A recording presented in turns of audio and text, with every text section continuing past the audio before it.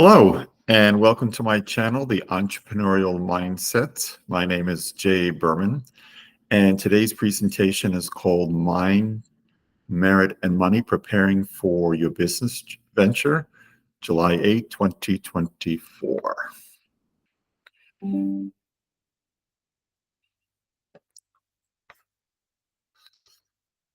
So today we're going to talk about three concepts to help you prepare for your business venture. The first one is mind, which includes your personality and your temperament. Number two, merit. Have you been able to demonstrate the competence, either through education, experience, and skills, to manage your new business venture? And number three, money. So we're going to take a look at your personal finances and your employment situation to see whether financially you're prepared to start your new business.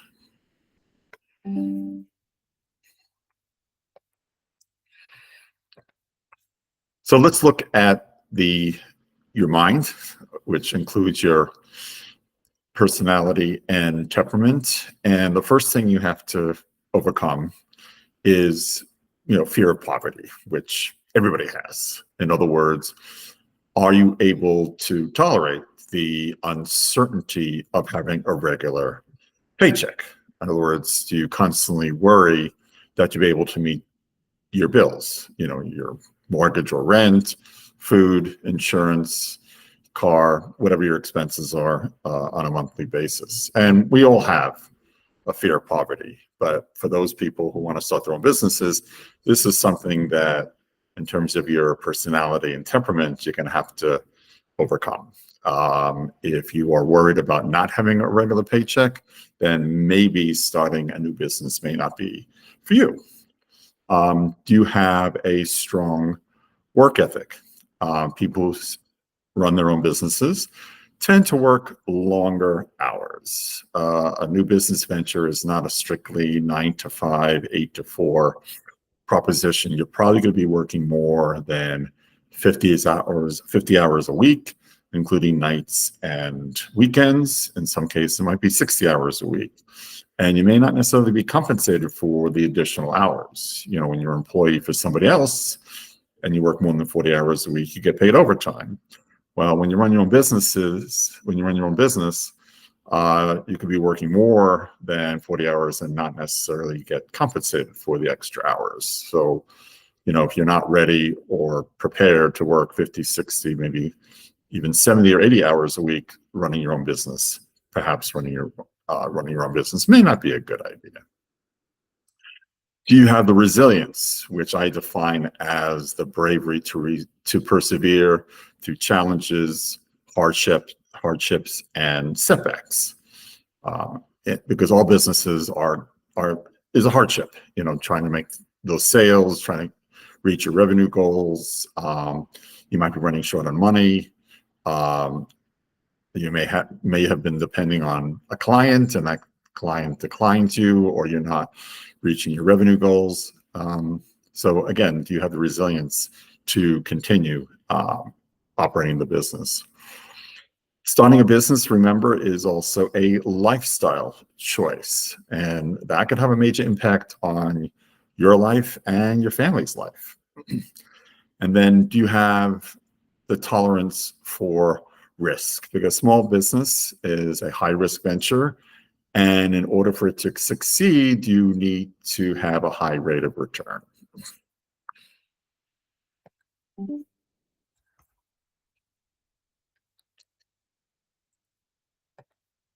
Okay, so let's talk about merit. So in other words, demonstrating the competence to run your own business. So you kind of have to look at your resume, and which is a 1 or 2 page document. And the reason you have a resume when you're looking for a job is to demonstrate that you're competent to handle the job that you're looking for, that you're applying for. Well, the same thing kind of applies when you're running your own business. So you have to kind of look at your education first. So for example, what degree do you have? Now, do you need a degree to start your own business? No, you are certainly you're certainly able to perhaps get a certificate of completion. For example, I'm in the hospitality industry. I work for a hospitality startup. Our local university has a certificate of completion in hospitality management. So if you desire to manage your own hotel or bed and breakfast or any kind of hospitality asset, you can certainly get a certificate of completion. You certainly don't need a college degree, a 4-year college degree. Certainly, what kind of training have you had? For example, training to get any kind of licenses or certifications. What industry experience have you had? What companies have you worked for? What positions have you held? How long have you worked there? What were your duties when you were working at these companies? And also include very important management experience. What was your title? What was your responsibilities? Did you manage a team?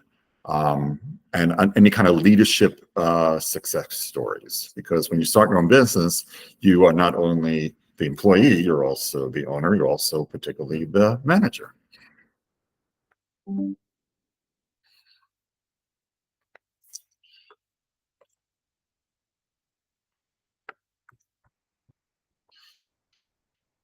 Other skills that you need to demonstrate would be, particularly you're running your own business. Do you have any kind of sales experience? So, for example, do you have any experience setting prices? Have you done any kind of prospecting, which is sales planning, sales forecasting? How are your persuasion skills? Are you a very influential person? Salespeople are very influential. They're very persuasive. So, what kind of sales experience have you had in your career? How's your negotiating skills? Marketing. Do you have marketing skills? Have you written a marketing plan? Have you have experience in advertising, promotion, public relations, setting up events, doing any kind of competitive analysis? What is your experience in customer service? In other words, retaining customers and handling customer complaints.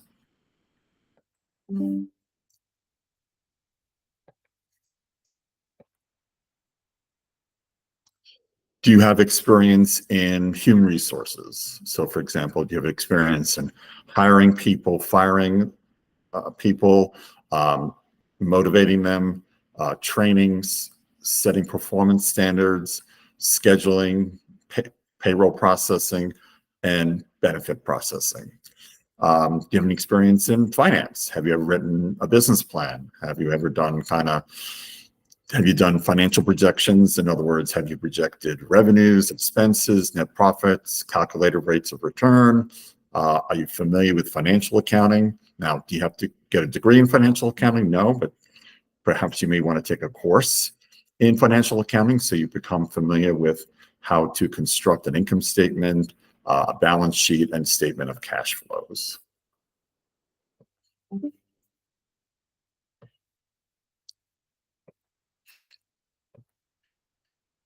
And then, of course, the most important thing to think about is money. So you really have to look at your personal finances, your employment situation, to really think about whether you are ready to take the leap to own your own businesses. I mean, there is no shame working for somebody else. 90% of the country has a boss, works for somebody else. And again, there is something comforting about having that steady paycheck every other Friday. Again, it's that fear of poverty of not being able, not having the money to pay your bills, food, rent, housing, things like that, medical insurance. Take a good hard look at your credit score, which is FICO. It should be 680 or higher. What you could do is you go to your bank or credit union and see if they have a free service to help you figure out what your credit score is. A lot of credit card companies, so if you have a credit card, they have services where you can look at your credit score. The reason being that if your credit score is not at least a 680 and you're planning to borrow money to start your business, to operate your business, it's going to be very, very hard to get bank financing, particularly commercial bank financing, if your credit score is less than 680. Now, there are ways to improve your credit score. Start paying your bills on time. Try to pay back your credit cards, your loans as quickly as possible. In other words, lower your debt would be a way to improve your credit score. And your bank can help you and give you strategies related to helping to improve your credit score. So if your credit score is not 680 or higher, you may want to hold off starting your own business until your credit score greatly improves. You need to look at your assets. Your assets are things that you own. So, for example, cash in the bank, home equity would be if you own a house, how much of the house has been paid off. So let's say you own a $300,000 mortgage, but of that $300,000, $50,000 of the mortgage has been paid. So now you have $50,000 in equity. Could be a source of financing for your business. Do any stocks, bonds, mutual funds, retirement plans like 401k or an individual retirement account, which is your IRA, money market funds. Again, you're going to need money to start your own business. So you kind of have to look at what you currently own. What assets can you convert to cash? You should also look at your liabilities, which is your mortgage, your loans. So student loans, auto loans, personal loans, credit cards.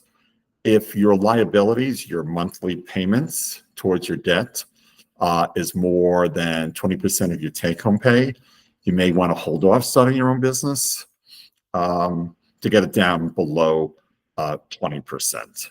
Anything higher than 20%, that's probably not a good personal financial situation you want to be in. You want to be 20% or lower. And again, the way you do that is just, pay off your credit cards, pay off your auto loans, pay off your student loans, any personal loans as quickly as possible. You probably should have some sort of emergency fund, preferably 6 to 12 months of living expenses in a checking, savings, or a money market mutual fund.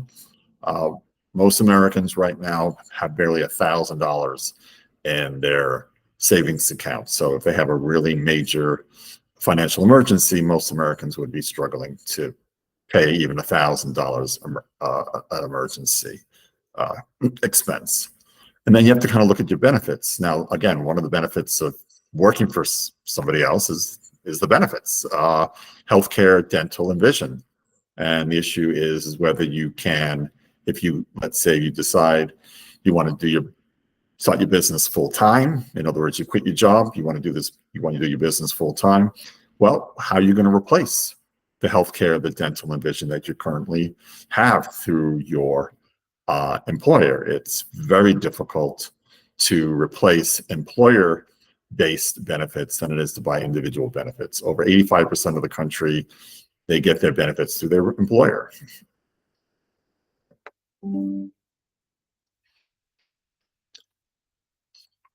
So I recommend that you create a budget. So in other words, use either Excel or maybe Google Sheets, and just write down all of your living expenses and start going line by line.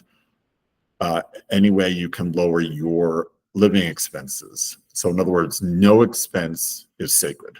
So look at your healthcare, your dental, your vision, your car insurance, cell phone service, streaming services, cable subscriptions, internet service, even donations may have to go. Groceries and food, is there any way you can lower your food bill? Gym membership, if you're really not going, you may want to cancel it. Maybe you look at your electricity bill and see how you can lower that. Maybe forego vacations. Look at, if you're looking for a new car, compare the monthly cost of leasing a car versus buying a car and see which one is cheaper. And then again, looking at your credit cards or your personal loans and have a pay them off plan, or so you become as debt free as possible.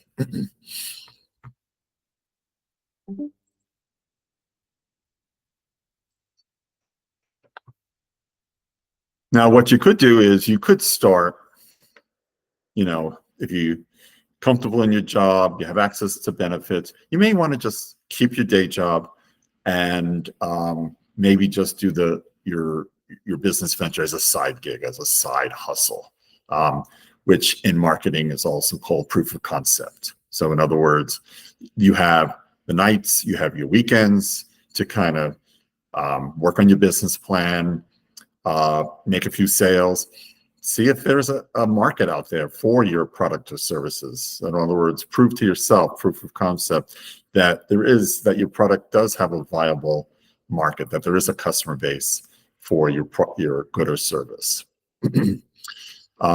You could, of course, work time, depending on your situation. Perhaps you have access to benefits via your spouse. What's nice about maybe working part-time is that at least you still have some money coming in from employment.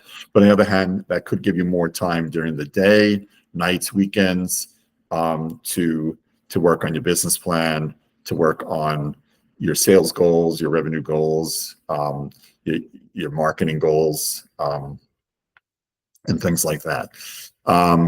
Or again, as I mentioned earlier, if you have the money and you have the savings and you can still access benefits through your spouse, then by all means, jump ship and just do your business full time. But just realizing that's a risk. So my advice would be perhaps keep your day job, or at least a part-time job, so you have access to benefits and your bills are still being paid. But you still need to be in a strong financial situation, because if you're going to rely on loans to start your business, like a small business loan, it's going to be very, very difficult to get the money, because you are brand new. So you may have to rely on your own financial resources, your own assets. You can certainly rely, maybe get a home equity loan if you want to start your business. You can certainly start your business with credit cards, assuming those have been paid off. Again, just realizing that, credit cards have a very high interest rate.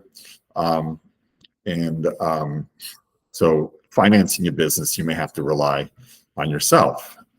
So if you need $100,000 to start your business and you don't have it, and you don't have family and friends that can help you finance your business, then that's going to be pretty hard to find a lender that's going to give you that kind of money.